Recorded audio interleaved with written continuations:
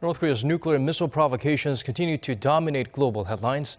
Along the way, noticeable strides were made in its weapons development. In part 3 of our week-long series, Kwon Jang-ho sheds light on how the regime's single-minded devotion reshaped what little relationship the hermit kingdom has with the rest of the world. Missiles, sanctions, threats and insults.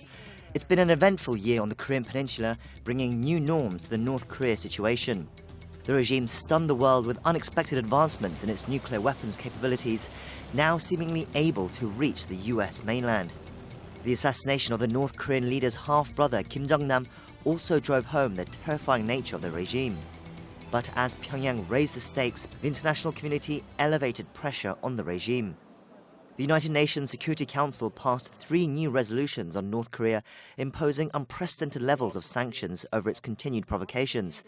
There is now a total ban on North Korean export goods such as coal, textiles, food products, iron, and several rare metals and minerals.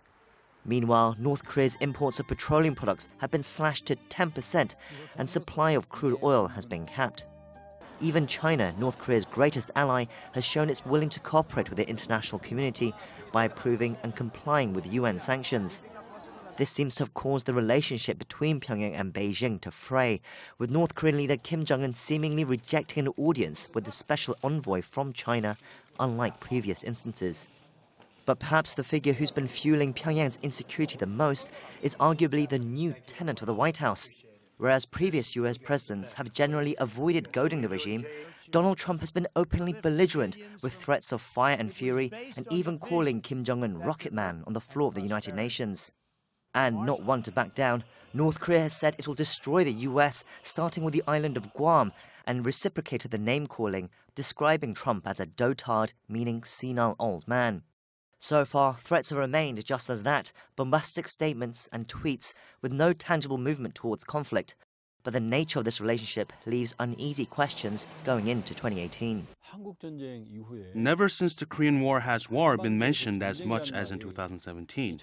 The threat has heightened, but the risk of an actual conflict is still low. But an important point is that North Korea's nuclear program reached a point of no return, and this tense situation cannot continue. Something has to give to make it better or worse. South Korea, on the other hand, seems to be looking at a different path when it comes to its North Korea policy.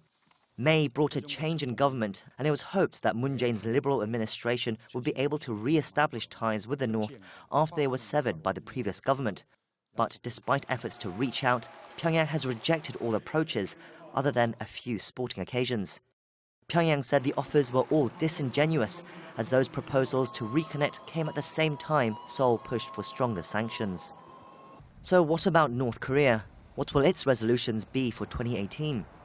Although experts say Pyongyang have not yet perfected its ICBM technology, the regime declared that its nuclear weapons program was complete.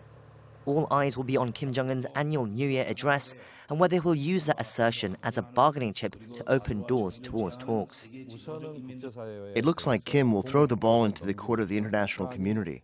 If that's the case, then the most optimal time for talks could be before the end of the Pyeongchang 28 Winter Olympics in March. 2017 has been a year of transition from new leaders and goals to new weapons and policies. The relevant players have shown their cards, raised their stakes, and the world now waits to see how they'll be played. Kwon Jang-ho, Arirang News.